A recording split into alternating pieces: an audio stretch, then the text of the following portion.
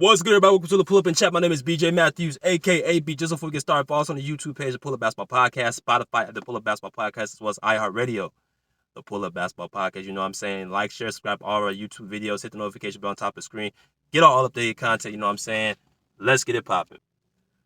Oh my gosh, Battle LA was last night. You know what I'm saying? I made a video about it a couple days ago, talking about the whole rift between Jeanie Buss and Jerry West. I'll get into that a little bit later in the video. But the Battle LA continued last night with the Clippers taking the season series lead 2-0 over the Los Angeles Lakers in a 111-110 crazy game on Thursday night. So much to unveil and unpack. So I'm gonna kind of get into it, and we're gonna go from there. So here's my thing, man. Here's my thing. Let's have a talk. All Laker fans, all Laker organization, let's have a talk.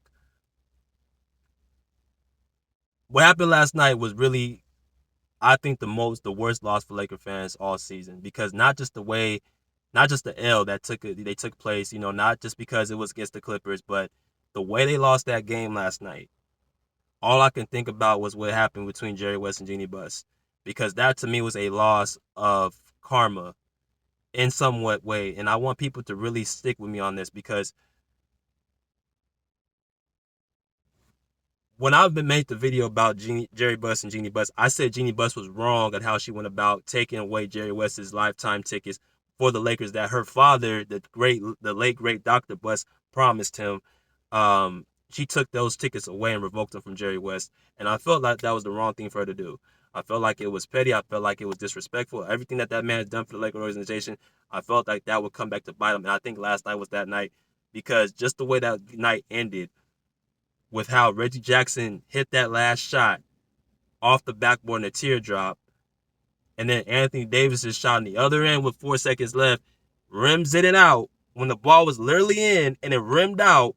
I was like, this is something from the basketball gods, man, or something pertaining to like some type of higher power, because there's no way in the world that ball was in and it popped out. The way the Lakers lost last night, where you were down by 17 points in the third going to the fourth quarter, you come back and make it a game, and then you lose like that. Laker fans are sick right now. They're sick this morning.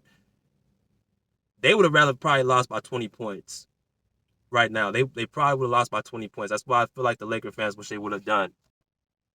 So when you lose like that, that hurts. That hurts. And they did everything they could to win that game. Anthony Davis played well. Russell Westbrook played well in the fourth quarter. Malik Monk hit some big shots. Austin Reeves made some big plays. So they did everything they were supposed to do to get back in that game and put them in a position to win, as well as the Clippers helped them out. Let's be honest. When Ty Lue took out his starting five, that's when the Lakers made their run.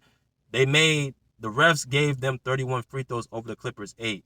The Lakers had the crowd behind them in LA. Everybody knows in LA, it's a Laker town. It's always going to be more Laker fans, even at a home Clipper game. So you had everything going in your favor going into that game. 2 of your 3 stars, AD and Russ, were playing. Of course, we all know Clippers with Kawhi and PG are not playing. So we have to actually dissect this logically and fairly on both sides. So that loss right there, to me, I think that was the loss that's probably broke the camel's back. Everybody knows that the trade deadline is next Thursday, which means that's the last day for any teams to make trades or any changes to their roster. But I feel like that loss could probably cost Frank Vogel his job. And I'm going to say this very clearly. I'm not saying Frank Vogel needs to be fired. I will never call for another man's job, because that's how he makes his livelihood. And I don't feel like Frank Vogel deserves to be fired, because he led this team, when he had the right pieces, to a championship. And that's why I feel like the Lakers have been waiting so long before they cut the leash. But when you talk about the Lakers and Clipper rivalry, man, like, that's some personal stuff. So the way the Lakers lost last night, they didn't want to lose. I feel like they're going to probably try to take it out on somebody. And unfortunately, Frank Vogel might be the sacrificial lamb. And it's unfortunate. It's really. So when I say let's have a talk, all the Laker fans, what is the expectations for this team? Because I'm hearing a lot of people talk about trades and trade this, trade that. What is the expectations for this team at this point? Are we talking just making the playoffs? Are we talking about making it deep, running in the playoffs? You talking about championship hopes? Like, do y'all really have this same belief? Like, take the Laker hat off right now and speak as an objective basketball fan, are you really saying the Lakers can compete with Golden State, with Phoenix, with Memphis? Utah's kind of falling off. I think they can compete with Utah. They got to go through Dallas, Denver. You got to remember when Jamal Murray and Michael Porter Jr. comes back, and they beat them? And even the Clippers, man.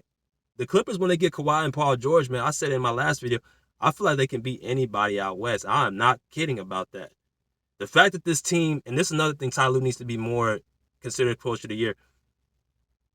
He's having this team play. He's doing stuff with this team we ain't never seen before.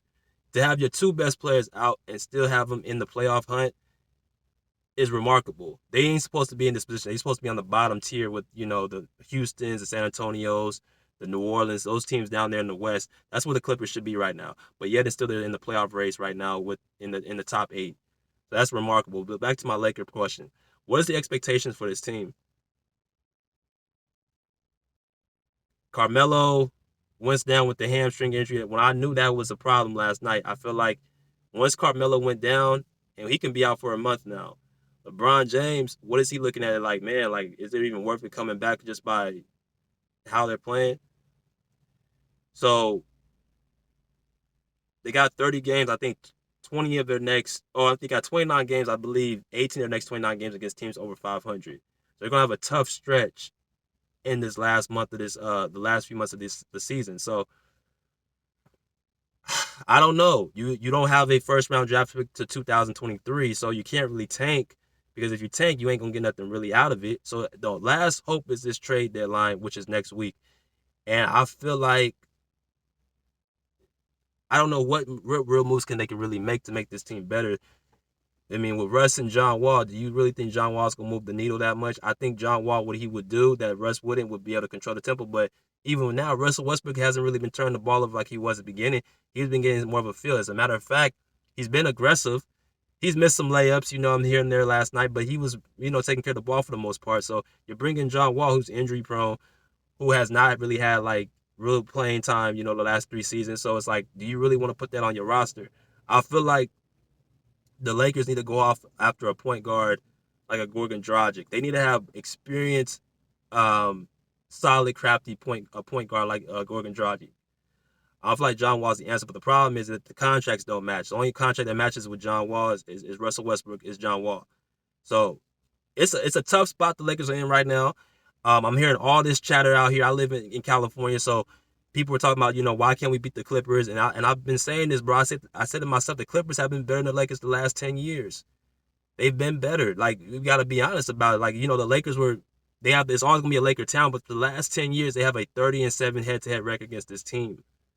Like, if that ain't screaming they ain't been better and they ain't had a better ownership and general management and all that stuff, I don't know what will. And not to mention, Jerry West, the same person that helped the Lakers win those titles with Kobe and Shaq and Magic, is the same GM with the Clippers right now. So that's the reason why they're able to be so competitive. They have everything good with their organization. So, we keep talking about they ain't got no banners. I mean, that's what makes it worse. You got a team that's been beating the Lakers, and they ain't got no banners to even show for. All this history the Lakers have, and they can't even beat the Clippers. The sorry Clippers, the reject Clippers, the little brother Clippers, they can't beat them. And I feel like the Lakers in the top office know that. I feel like Jeannie Buss has that feeling. I feel like Rob Pelinka has that feeling. I feel like Mitch Kupchak has that feeling. Like, they have not been able to compete with this team. So I don't know. It's just a tough situation the Lakers are in right now. And I don't know what else could they more do to really, make a change. I mean, fire the coach Frank Vogel. Is that gonna help? Is it coaching that bad? Like, they're struggling because of that? Or is it because of their age, their personnel? The teams are just better.